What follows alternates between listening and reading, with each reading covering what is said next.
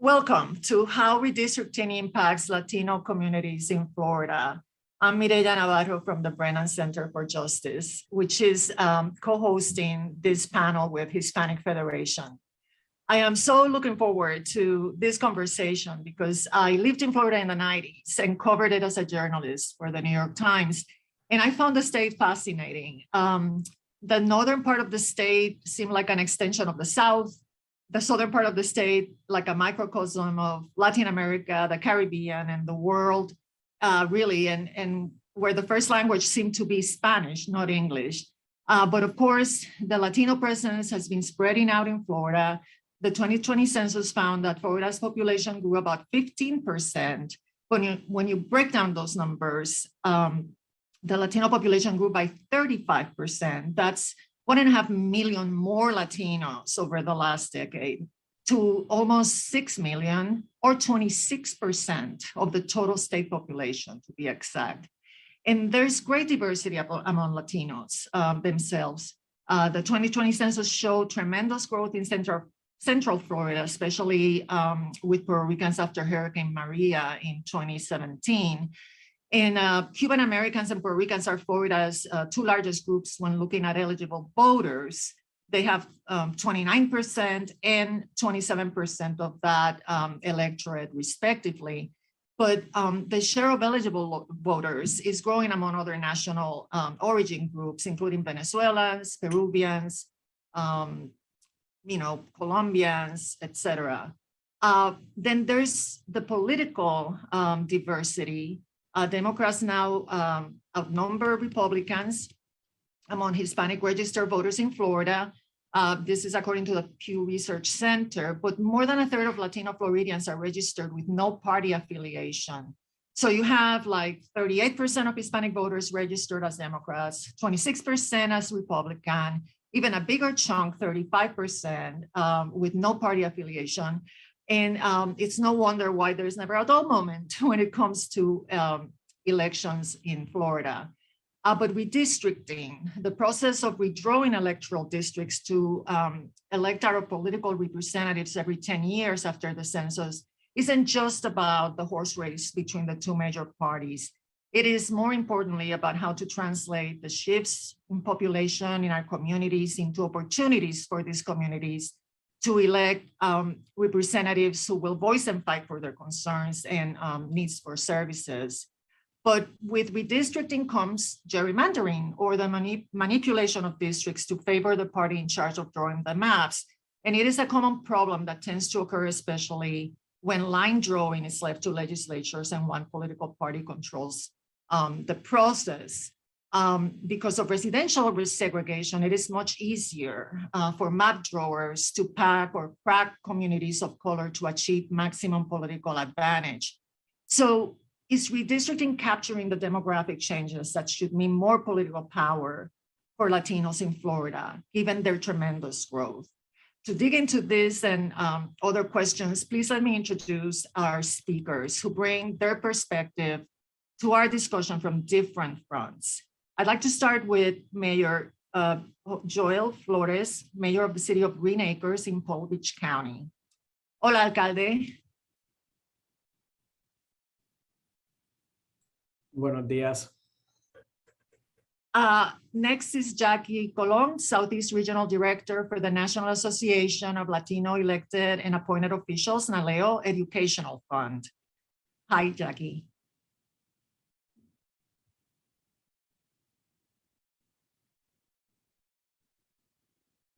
Next is Galindo, Senior Counsel for Latino Justice, PRLDEF. Thank you for having me.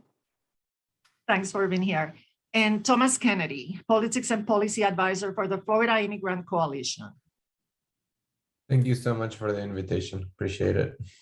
Hi. And last but not least, Lauri Campo, Florida Director for our events co-host, Hispanic Federation. Saludos. I'm very happy to be here with all of you today. Well, thank you for being with us today. Miranda, I'd like to start with you. LatinoJustice has a good overview of what's going on in Florida. Where are we in the redistricting process in Florida, which is controlled by Republicans? And how well is redistricting in Florida capturing this tremendous growth of the Latino population, especially since Florida is one of the few states that is gaining a congressional seat, and its growth also means more state senate and House seats as well, right? Thank you. Yes. So this was an exciting redistricting season because of the growth of the Florida population overall. We gained a congressional seat compared to other states that had less population growth, and they actually lost congressional seats. So Florida has gone, has grown in the Latino population specifically. We have grown from 22% of the population to 26% of the population. That's almost 1.5 million additional Latinos that have come to Florida to account for this population. We have really driven the population growth. And you can compare that to the other demographics in the state. And so common sense would dictate that when we're entering into this redistricting process, which is about accurately reflecting where people live and making sure that the districts are proportionate. You can't have one district with lots of people and another district with fewer people, because that would undermine our right to have one person, one vote. So a fundamental purpose of redistricting is to make there be equality in the populations among the districts. Another fundamental purpose of redistricting is to account for the legacy of discrimination in political power.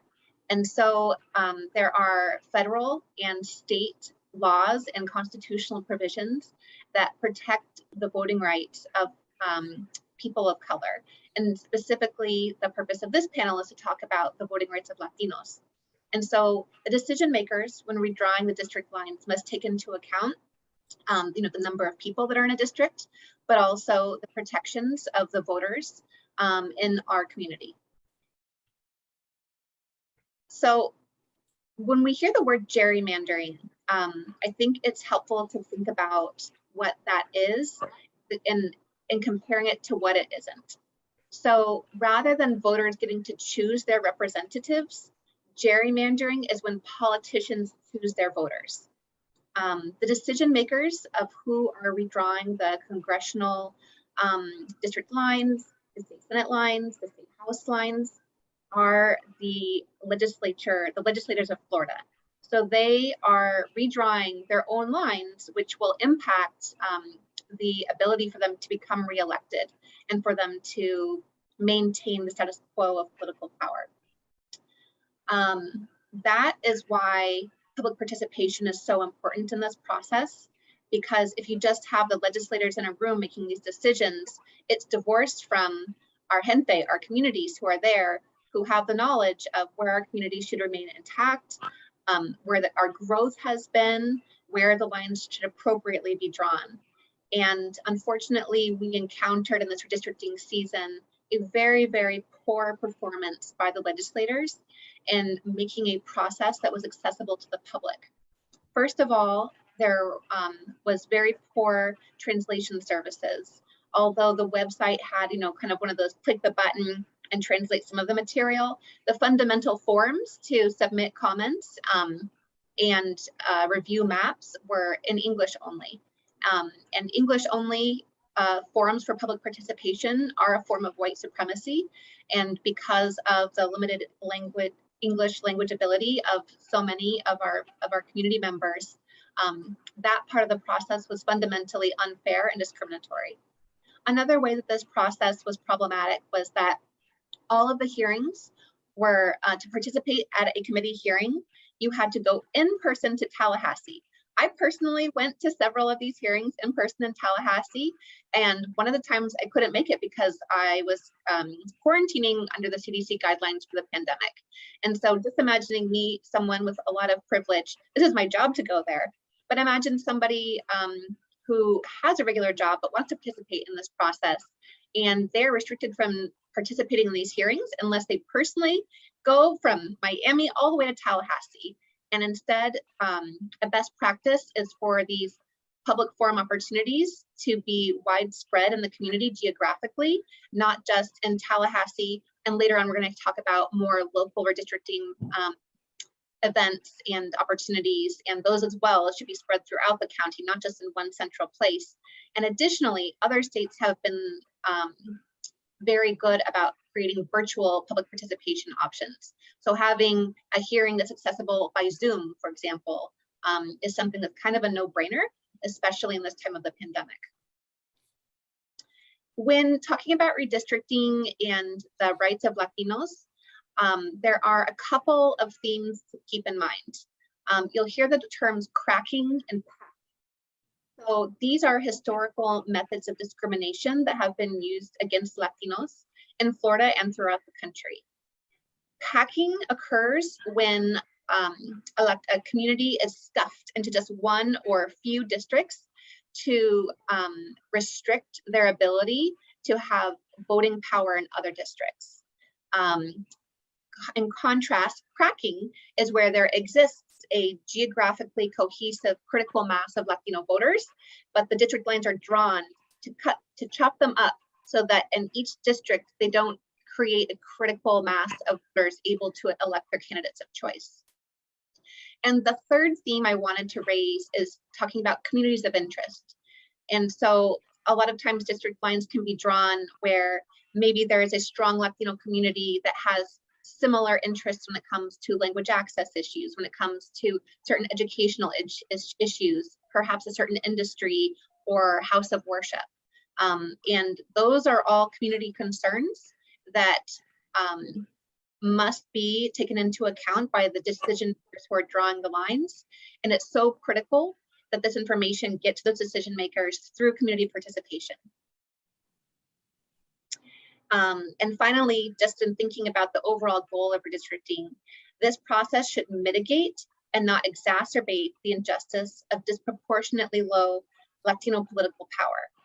And when I'm talking about that, I'm talking about the status quo. If you look at the percentage of voters in Florida who are Latino, and you compare that to the number of districts, both congressional, state house, and state senate, we are underrepresented in terms of our voting power.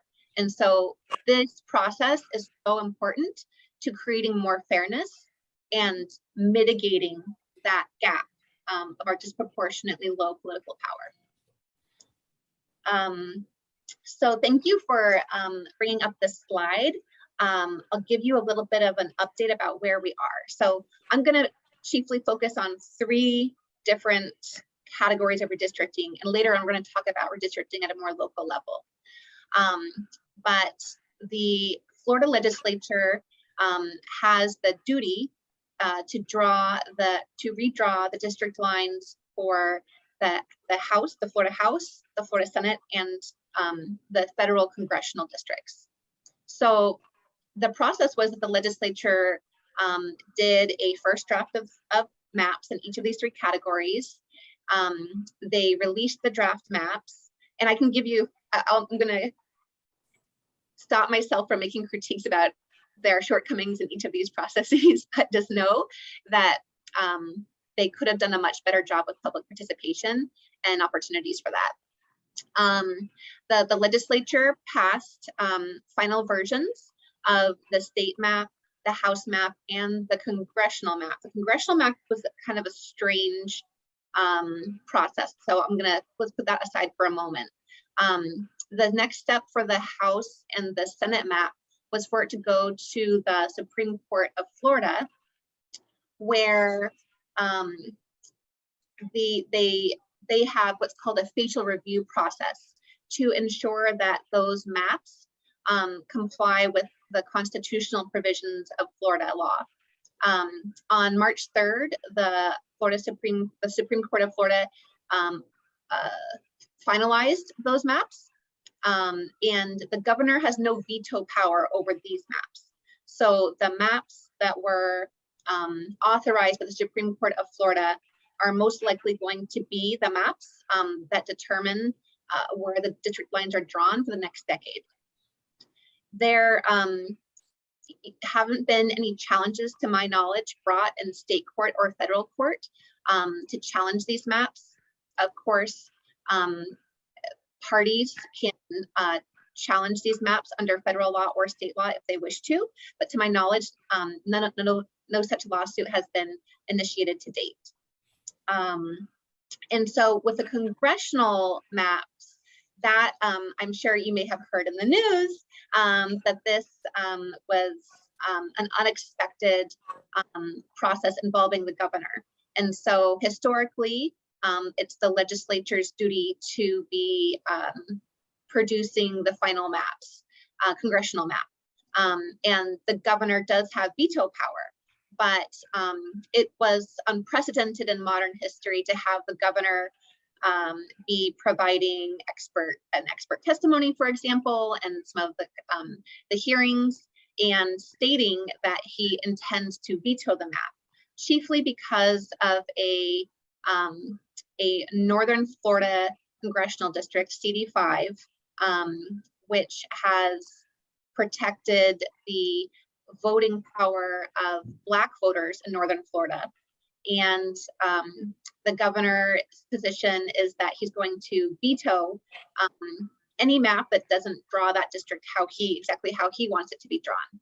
The legislature, in response, passed two maps, a primary map and a backup map. So the primary map does dilute the voting power of that historical Black congressional district. In the event that that map is challenged by in the courts and found to be unlawful, the backup map is what the legislature is saying should be the map. And that backup map preserves the Black voting power more along the lines of how it has historically been preserved.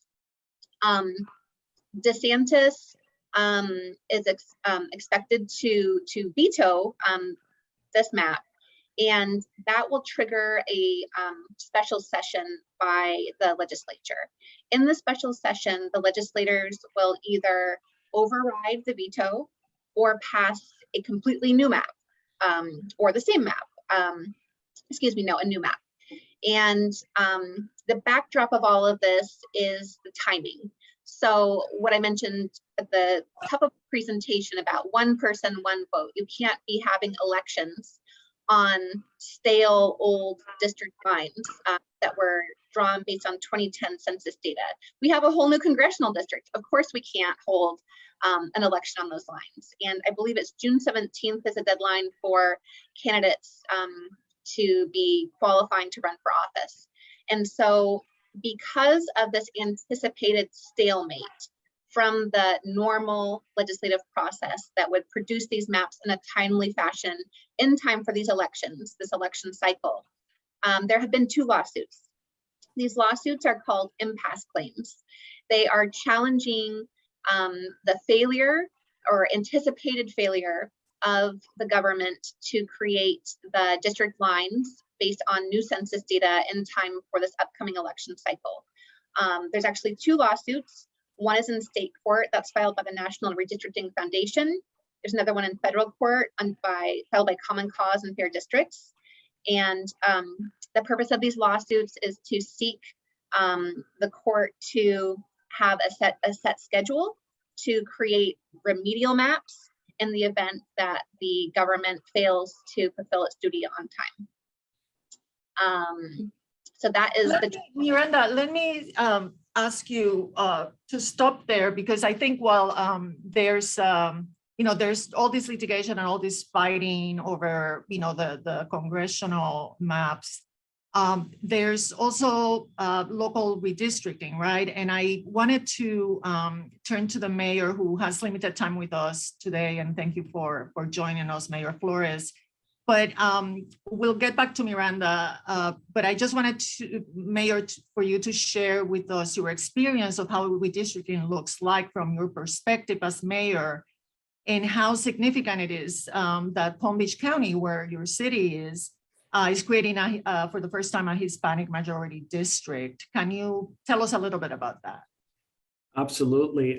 Miranda, that was a lot of great information from this, someone living here in Palm Beach County and Greenacres. When you start looking at the outlook of the state,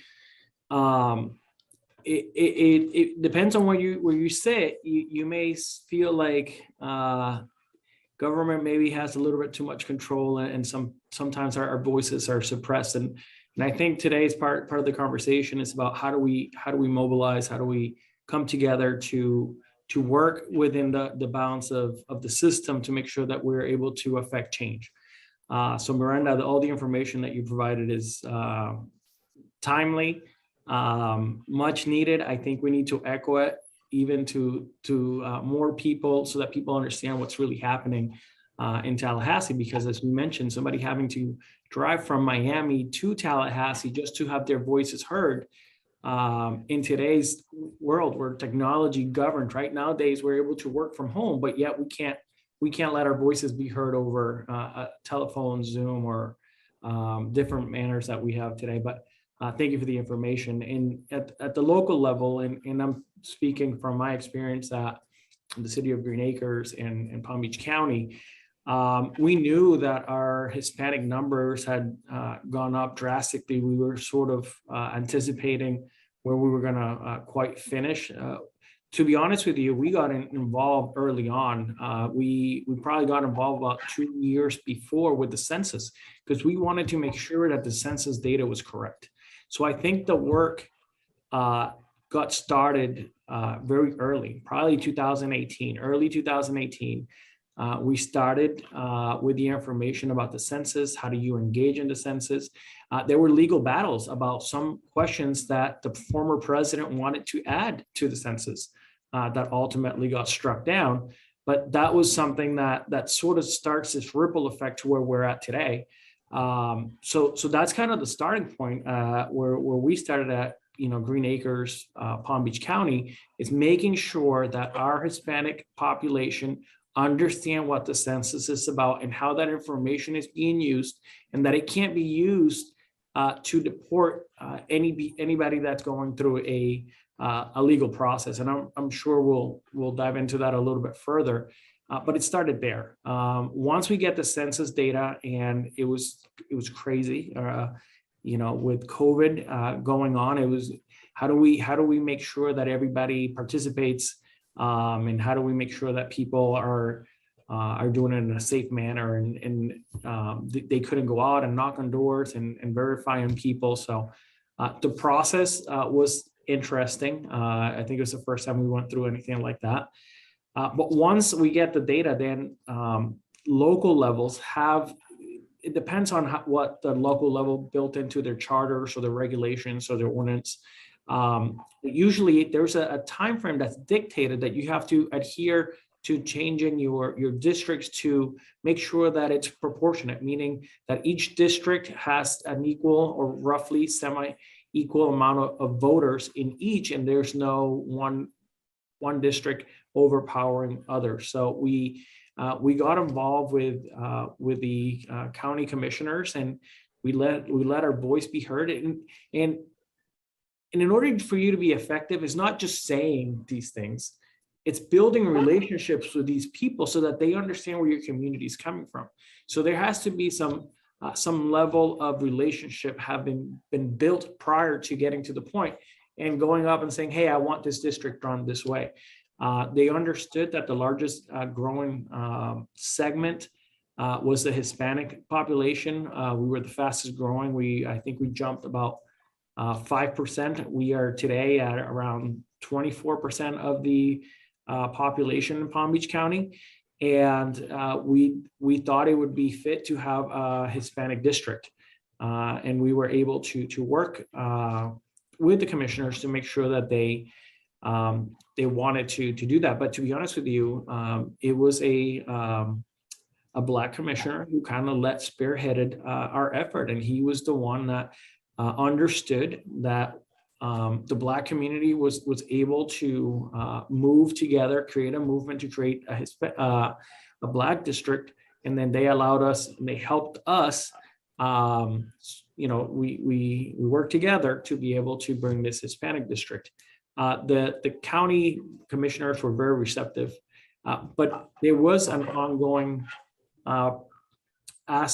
feedback where there was public meetings held. And to be honest with you, a lot of people did not know this was going on. There was a lack of information. And even when we had these public forums, It was more about the structure of redistricting rather than talking about how do we build and how do we create a cohesive, districts in Palm Beach County that they work and they represent everybody. But very similar to what you heard from Miranda about cracking and packing, we could have very close gotten into situations like that based on how the map was laid out. But you need people on the ground who understand the dynamic, who understand the geopolitical power within those boundaries. And in Palm Beach County, we had a good team of people willing to work and let the voices be heard. And knowing what you know today, what would you say was the biggest lesson learned, and what you would, want to see done differently next time around?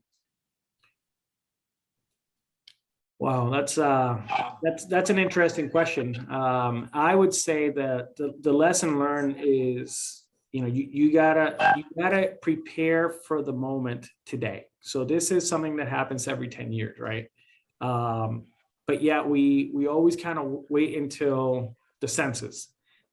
The work begins before the census. It begins with letting people know that you have to participate in the census, and you have to explain to them the impact that the census plays locally. We were able to gain a congressional seat here in Florida. Our numbers continue to grow. However, there's only one party that primarily controls government in Florida. And do we want to allow that to continue to happen? Do we feel that all of Florida is represented by that? I don't feel that way. I feel like that's Northern Florida has more control than Southern Florida, where the majority of the population is. But that's just the way it is. But we have to start engaging with people, explaining to them what the impact, what the ripple effect is of everything that is happening, so that when Miranda is speaking about the legal aspect of these things, it's because we feel that perhaps there are districts that are being gerrymandered or they're being packed, right? So they put all the same like voters into one area, and that dissolves the power in other districts. So it begins now, and make sure that today we're fighting the fight to try to make things corrected today, but the work really begins today for 2030, and it's about building, and I think this is something that we're going to speak here further, coalitions, making sure that we know how to engage with elected officials, making sure that they understand the needs of the community, and that we don't just show up to demand, but that we're there to work. I think that's very important when you're working with elected officials. It's not only just tell them what we want, but tell them how you're willing to change and help the community around you. And I think that's very important, especially when you want to have when you want to impact change in your local community. Thank you, Mayor. We're going to talk some more about how to engage voters. But I first wanted to turn to Jackie, because we've seen that big population numbers don't automatically translate into more Latino districts or better political representation for communities. And NALEO, which works to increase Latino political and civic participation in the country, keeps track of the number of Latinos who get elected. And that number is sobering. Only 1 to 2% of elected officials nationally are Latino in a country that is more than 80% Latino. So Jackie, are things better in Florida because of the raw numbers of Latinos, and what role would you say redistricting plays in increasing Latino representation in a state with such a large Latino population as Florida is? Yes, thank you for the opportunity. As the Southeast Regional Director for NALEO, as you mentioned, we're a national nonprofit organization. We're nonpartisan, and we focus a great deal on strengthening our American democracy by promoting full participation of Latinos in civic life. And we've been discussing the participation, which is really key. With NALEO Educational Fund, we have been focusing on the census, and I've been with NALEO now for over 13 years, so we focused a great deal on redistricting even 10 years ago. I've lived in Florida for over 30 years, this is definitely home, and I've seen so much growth. Yes, those numbers need to reflect participation, but it's up to each citizen, each Latino voter to be very minded that it's not just about registering to vote, but to actually come out and vote. I mean, here in the state of Florida, there's over 21.5 million. The population of Florida is huge, and 5.7 million are Latinos. And so we need to make sure that when it comes to redistricting that happens every 10 years, the legislators are required to revise the state's political boundaries and to have that reflection look for make sure that it's fairly represented. And we are really concerned because we don't even know if the census numbers are even accurate. We had so many obstacles that were happening, but despite of all that, we wanted to make sure that Latinos were counted and making sure that they realize the importance, not only for the dollars that were coming into their communities, but also how does it reflect regarding congressional seats. And so one of the things that I think it's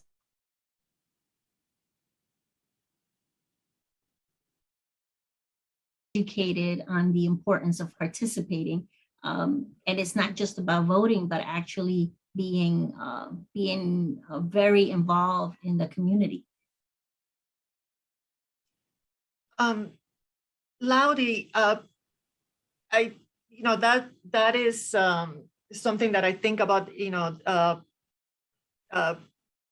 terms of how there's not even a word for gerrymandering in Spanish. I mean, redistricting is so critical to fair representation and so easily manipulated by the majority party to keep power, right, often. But it's not the kind of thing that people get excited about. And I wonder, Laudy, how do you, think, people can get excited, feel passionate about redistricting, to even tune in to learn more and to get involved and for organizations, what are kind of strategies that can be used to communicate this concept that is kind of dense and maybe foreign, but is just so critical to the well-being, right, of citizens and people who want to fully participate in our democracy. So how do you make redistricting exciting? You just said it. The word redistricting by itself, to some people doesn't mean a lot, redistricting, what that is. Or probably, okay, I understand the definition, but how it impacts our life. So that's the point we have to go. And you said it, there's not even a translation for in Spanish, but when you tell the constituents that it affects your daily life, when you put that into perspective, when you tell them that the decisions that are going to be made today are going to affect them for 10 years, when you tell them why I'm paying more taxes than you live 5 minutes away from my home, and they don't understand that because there's redistricting and you're in this area, when they're saying why you get this service and I don't, that's because of redistricting. So meeting our communities where their needs are, it was one of our important things. And as the other panelists mentioned, meeting them with trusted sources, letting them know in an easy way how it impacts, because yes, redistricting is a very difficult subject, but when you think about it, without the input of the community, it doesn't work because it affects them. So it's important for them to understand. Once they get that information and he says, oh, I wake up and I brush my teeth and these are decisions that are made, the water I use, the light, the roads I'm using to go to work, it's affected and it's made decisions are made because elected officials and it's because of redistricting, then it makes that word and redistricting and gerrymandering takes more sense. It makes more sense to our communities. Yeah, and Thomas, the Florida Immigrant Coalition represents more than 65 member organizations, and you have the task of galvanizing, right, immigrant communities around an issue like redistricting that must come with its own set of difficulties. starting with the census, as was mentioned before. Can you talk a little bit about the obstacles and challenges you found in making sure all Latinos were counted in the census, and how redistricting figures in your work with the immigrant communities in Florida, and how do you get them to more fully participate? Because that's the goal, right? To fully participate in our democracy. Yeah, sure. Thank you for the question. So I think the first thing to point out is that, redistricting affects everyone. And in Florida, that includes the estimated 4.5 million Floridians who were born outside of the United States, right? And that's because the elected officials that are, elected in these districts represent the entire population of their districts, not just those who can cast a ballot and vote for those officials. And people don't realize, but redistricting is going to affect all sorts of decision making regarding school district funding, for example, right? That impacts all children, not just U.S. citizen born children. That impacts, U.S. permanent residents, asylum seekers, the undocumented. So these are decisions that affect all of us. And, it also impacts decisions around affordable housing, for example, about infrastructure spending, about, investment in our roads. So it's very important that everybody be involved. And that everybody understands that, right? So I think a lot of our work is around public education. So as you pointed out, a lot of the work that we did started with census engagement because, we obviously needed everybody to be properly counted. So the maps that are ultimately drawn are representative of the current makeup of our community, right? Then we moved to a further educational phase, raising awareness about the redistricting process, inviting constituents to express whenever possible in Florida through public comments that we needed fair maps. Obviously, as it was noted previously in the call, our public comment process around the redistricting has not been the best. And yeah, the impact of redistricting in our community is huge. One way to think about maps and representation is by taking a closer look at the Florida legislative session, when elected officials, were,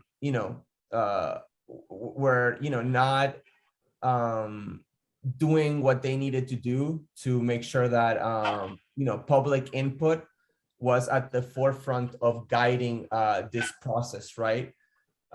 So, there's going to be an accountability portion of our work that goes beyond, right? Like the public education components that I just mentioned, that involves, targeting lawmakers that did not conduct this process transparently, that conducted this process in, quite frankly, partisan ways to, win, an electoral advantage out of the process, and make sure that people are aware of this, and that they're aware that is their voices and their input in our democratic process that is being stifled.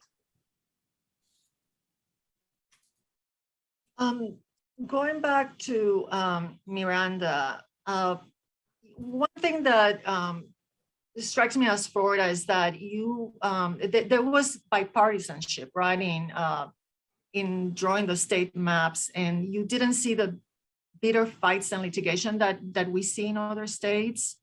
And I wonder, why did bipartisanship seem to work? I mean, maybe you don't agree, but I just wanted to get a sense of whether the political diversity among Latinos in any way helped diffuse the redistricting fights, because, as far as, from the perspective, obviously, of Latinos, because, there's just such a strong presence in both parties. But I guess ultimately, the question is whether that led to Latinos being well represented in Florida, or is the process working for Latinos in Florida, especially with the bipartisanship that we've seen. I'm so glad you brought that up and that you mentioned how our gente are represented in both major political parties throughout Florida. Like many of the other folks here, my organization is a nonprofit, nonpartisan organization. And unfortunately, there's a legacy of both parties suppressing the Latino political power in the ways that I mentioned. I would push back gently on the characterization of this most recent redistricting process as bipartisan, although there are representatives from both sides in the committees. The maps were advanced through those committees and voted on the floor largely along party lines. And the critiques about for example, failing to provide additional Latino majority districts commensurate with our population growth was mainly raised by the Democrats. That's not to say that there aren't representatives from both sides who care about this and who don't care about this. And it's not to say that one party is bad and one party is good. But I think that this was a fairly partisan legislative session when it comes to redistricting, and from my observation. And I did want to point out that Mayor Flores had his hand up a little earlier, so I don't know if he has something to add.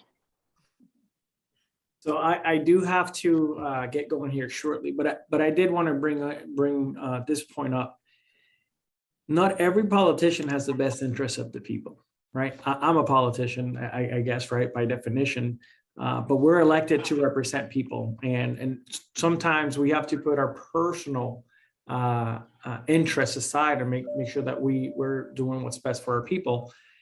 And that's not really what happens every day in politics. And I think we're as Latinos, we really understand that, because we bring some of that baggage from our own experience and from our own countries, right? But not every single person that is making and drawing these maps has the best interest of the people. That's why sometimes engaging is so hard. That's why they make these things so hard for you to be able to voice your opinion. That's why it's easy for them to dismiss us. They sometimes want to preserve a specific district just so that they don't have to run in a different district or in a different seat, or perhaps they want to make sure that they're able to run for something else, something new. So, sometimes from the outside looking in, it could look one way, but, sometimes people have their own, and elected officials have their own interests, why these maps get drawn. And sometimes these maps look really funny. Like, you look at them and you're like, who does that make sense to? But we have to get informed.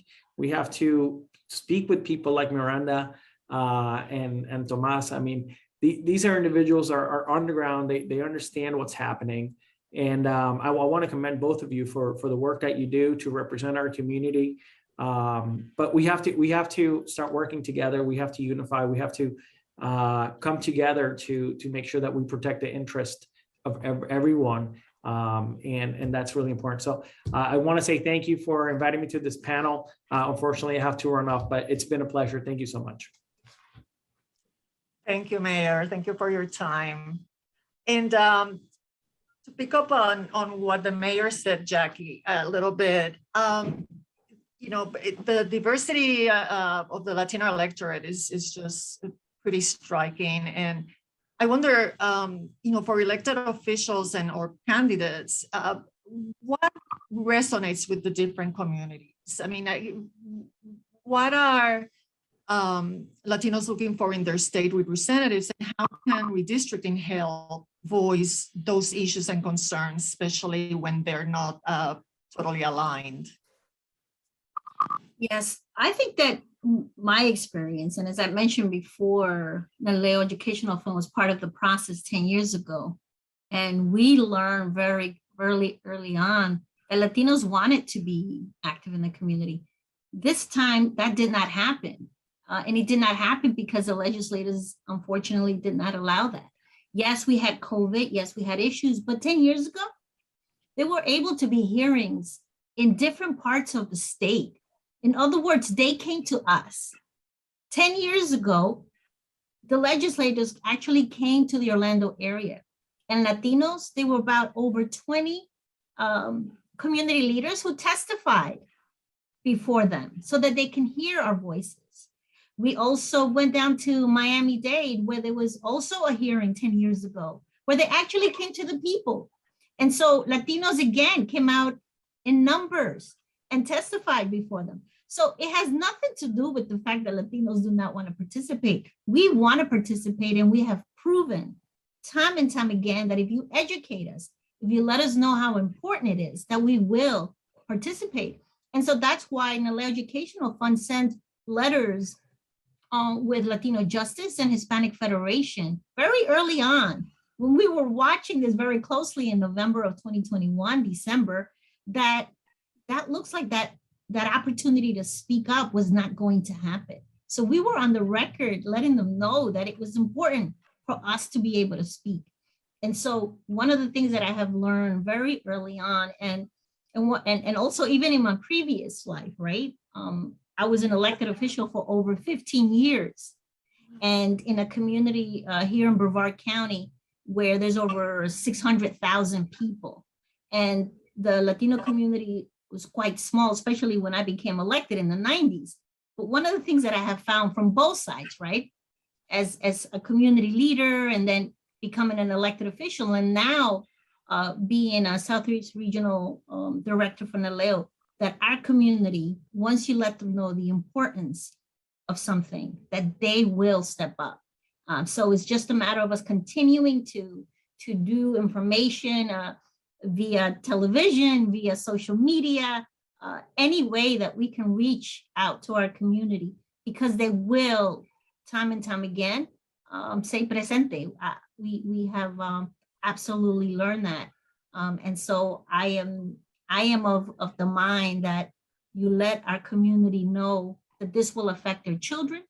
This will affect the safety of their community. This will affect economic development in our community, because our leaders need to reflect us, whether it's our Black and Brown communities, they need to reflect us, and coalitions are extremely important. We're watching that a lot of our African-American communities are being targeted, right? So that those districts are changing in a way that we are not exactly happy about, and the NALEO Educational Fund being quite vocal about that. Because if you're doing that to our African-American community, you're also doing it to us. And that's one thing, yes, we grow, our population continues to grow. As I mentioned, 5.7 million of us Latinos, but that has to count for something, and no one should be left behind. Yeah, in many places, that is the future, right? Multi-racial, multicultural, all these, coalitions, right? Groups that have common interests and get together to elect their representatives that way. And I just wonder, and Laudi and Thomas, you can jump in, but are there best practices, Jackie, about engaging, for engaging elected officials? The question was for me, Mireya, in regards to you can start, and sure. And Laudi and Thomas, if you have insights into how to go about that, if you do in fact have an engaged Latino population or group, how do you get the elected officials to respond, to listen? Yes, it's easier than people think. I think that we need to know our place, meaning citizens, right? That elected officials are public servants. They're public servants, they work for us. And I think that that's what we tend to forget. We see this fancy little title of county commissioner, and I speak as a chairman of the board of county commissioners, right? But what I'm saying, I would repeat that when people come before us, like, you are my boss. You are my boss, and you need to let me know what I should be doing. And I think that it's very simple. I also have shared with folks, don't wait until we have major issues to go visit your elected officials. Go see them now. Go introduce yourself. Hi, I'm Maria Rodriguez. Would like to meet you. You're my representative. And being able to establish that, they should have an open door policy. And as I mentioned, you as a voter, as a citizen, you are their boss. And that's one thing that I try to share with folks time and time again. Call them, email them. And if they say they're too busy, say, you know, I am from this district, wherever you're calling from, and I would like to speak to you, folks. But engage those conversations way ahead of time, and establish these. And Loudie too, she worked for an elected official. She sees how it's so easy to communicate with them. And they truly want to know what's going on in the community. They're not mind readers. They want to know. And so having that insight, right? I share that with community leaders in the community. Call them up, email them, and make sure that you're engaged and make them be engaged in your issues. I agree with Jackie, and Jackie just mentioned that elected officials, they work for us. And that is important. We select them, and that's why redistricting is so important, because we're the ones who select them. It's not the other way around, right? So, but getting involved in those issues, sometimes we come from our countries, and yes, it's true what Jackie's saying. We want to be involved, and sometimes we kind of afraid because we tend to, I don't know if I understand, probably it's language barriers. We still pay taxes. We're in this country. We produce. We work here. This is where our children are growing. So we deserve to have that voice, and we deserve to have a quality of life that we need as a community. Therefore, don't hesitate, and just connect. That's important. It is easier than we think, as Jackie mentioned. Thomas, do you have the same experience? Yeah, I mean, I wanted to like expand on it a little bit, I guess. I mean, I think more engagement with elected officials and lawmakers is always good, obviously. But, you know, I would go back to what the mayor was saying too, right? That, you know, a lot of like people in elected office don't have their our best interest in mind, and frankly see the office as their personal vanity project. So I think, you know, it depends on where in the spectrum of support to your cause that elected official is gonna be related to the level of engagement you get, right? So some officials, an email or a meeting is gonna do the trick. Sometimes you're gonna have to, you know, do like a more intentional like lobby visit, right, with organizations or people who are directly impacted. Sometimes you might have to do a protest or like a phone bank, or I don't know, right? There's like a lot of like different tactics to engage your elected official during, you know, various points in, you know, the letter of engagement or whatever you want to call it. But I think what's most important, and the point that I want to drive here, is that people need to find like a political home, right? Because as an individual, the level of like impact that you can have is probably going to be very limited, right? Unless you have like a huge platform, or you're famous, or you have a lot of money, which, you know, most people don't.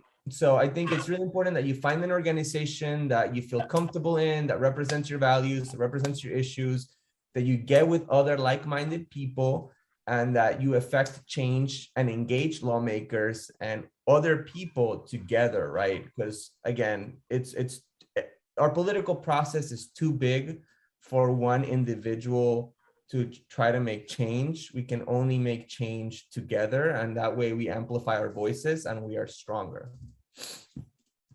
I wanted to ask you about the use of Spanish and whether you find that the resources are there to do the outreach necessary, because it's such a big percentage of the Latino community, Spanish speaking and foreign born, as you had mentioned. You know, how are the resources for spreading the message and getting people engaged in their language? Is that a question directed to me? Yeah. Yeah, so that's a good question.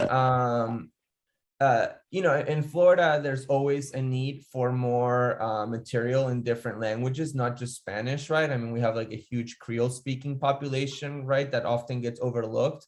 But when the materials aren't there, we have to make them ourselves, right? As organizations, as people who have direct contact with the grassroots and people who are directly impacted. There's been a number of different lawsuits and efforts in Florida in the past few years to get like the county administrators of elections, the supervisors of elections, to have materials in Spanish, for example, and that has been, a more or less fruitful effort depending on the county and area of the state.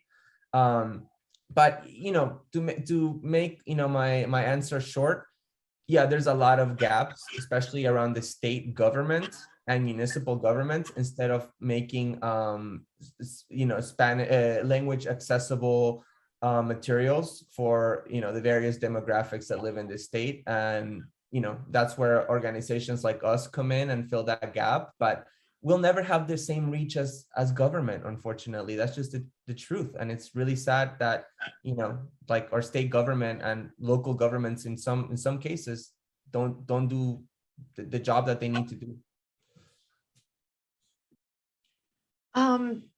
We have to start wrapping up, and I wonder with the midterms coming up this year, and just the idea of this tremendous Latino growth in Florida. I wonder what the redistricting process this time around taught you, from the perspective of you as lawyers, as elected officials, as advocates and service providers.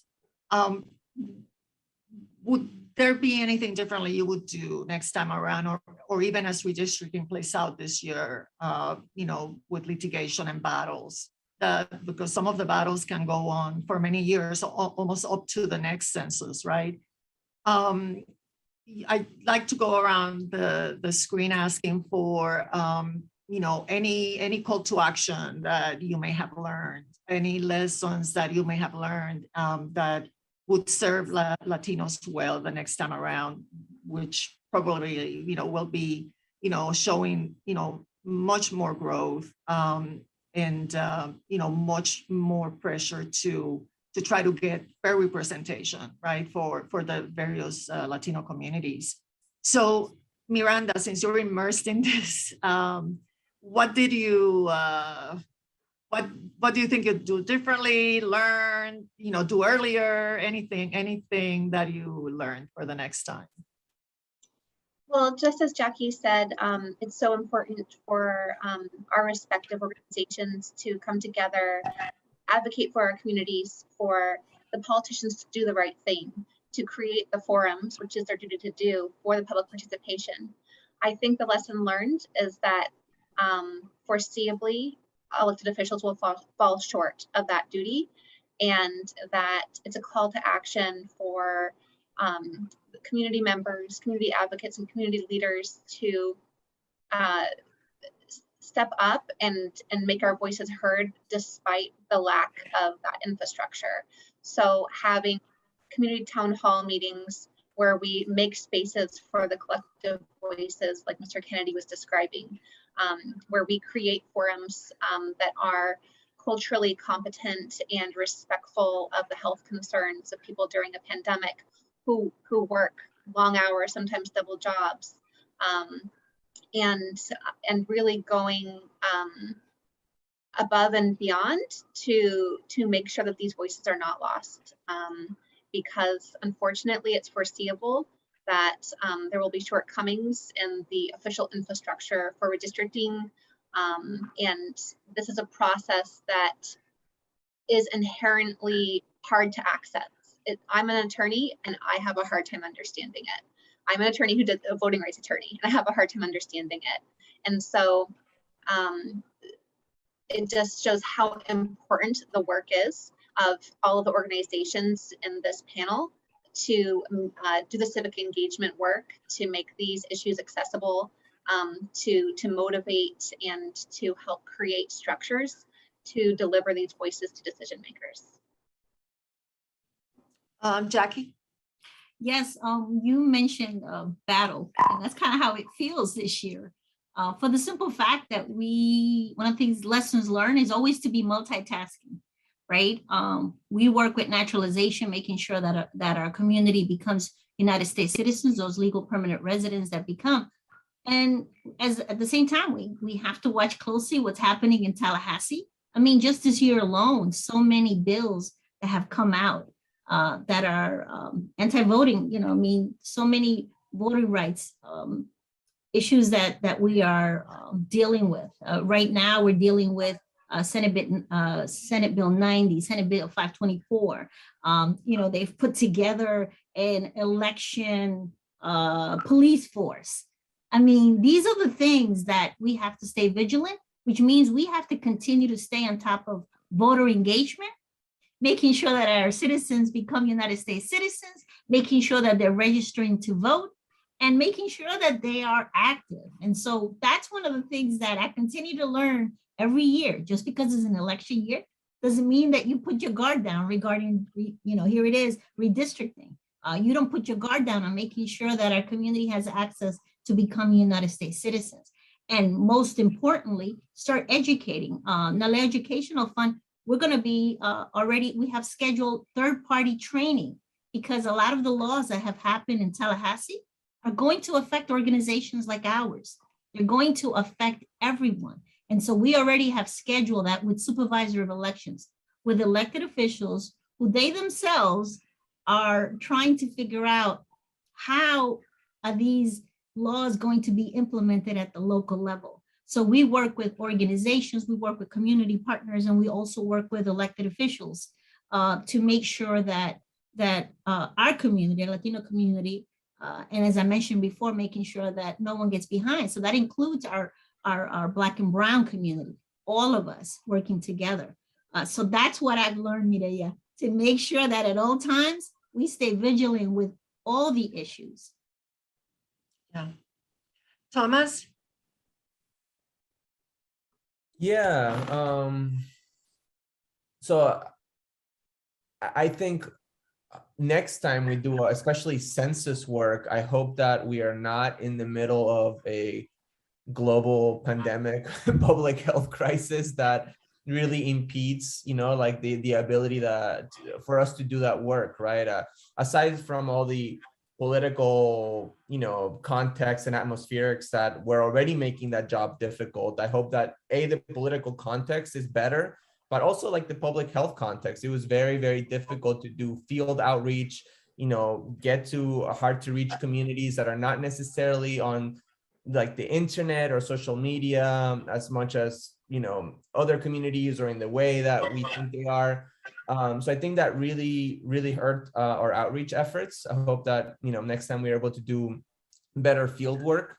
And just, I guess my message for Floridians and folks out there is, I'm not trying to get partisan here, but just really look at elected officials, look at who is representing you, who actually values like your voice, aside from, whatever political issue or left or right spectrum you fall in. Just look at who actually values your voice and your participation in the process, in terms of having like a healthy, like democracy. And if it doesn't seem like that elected official or that block of elected officials are valuing your voice and inviting you to participate and conducting things in a transparent way, you might not want to vote for those people. So I'm just hoping that, Floridians, take that into account going into the next elections. Because again, our census process, I think, was conducted horribly in the state. And I think the redistricting process was very undemocratic, lacking basic transparency, and lacking the most basic input from the public, and that's not right. Okay. And Lovey? Yes, as Hispanic Federation, I'm listening to everybody here, and I'm so proud to have people like you in our communities. We do a holistic approach to, we try to empower the community, educate them, work with immigration, other aspects, so they can feel like they're here and they're producing and they're progressing. At the same time, one lesson I learned, I would definitely run probably census parallel with redistricting. At the same time, when I engage with those people, I will tell them, because yes, we say it will affect in certain ways, but being more aggressive in terms of that and going to cultural competence again. And as an organization, we're doing it, but stronger, hold those elected officials accountable. Be the voice for that community. We're committed to do that. I will continue to do that, because if our people see us and trust us and see that we are holding them accountable, they're gonna feel like they're, they have that people that are behind them. At the end, I heard this phrase, is not mine, but it's not only having a place in the table, it's having a voice at the table. So that's important, that's where we aiming in our organization, and I know everybody here is too. Well, I want to thank you all, all of you for this conversation. So important and timely. And this has been part of a series of educational panels on redistricting. There are two more coming up, one on redistricting in Texas on April 7th, and in Georgia on April 14th. You can register at hispanicfederation.org/redistricting. All panels will go up as webinars in both English and Spanish on Hispanic Federation's Redistricting Academy page at redistrictingacademy.org, and on the Brennan Center website as well at brennancenter.org, and the Brennan and Español microsite at brennancenter.org/es.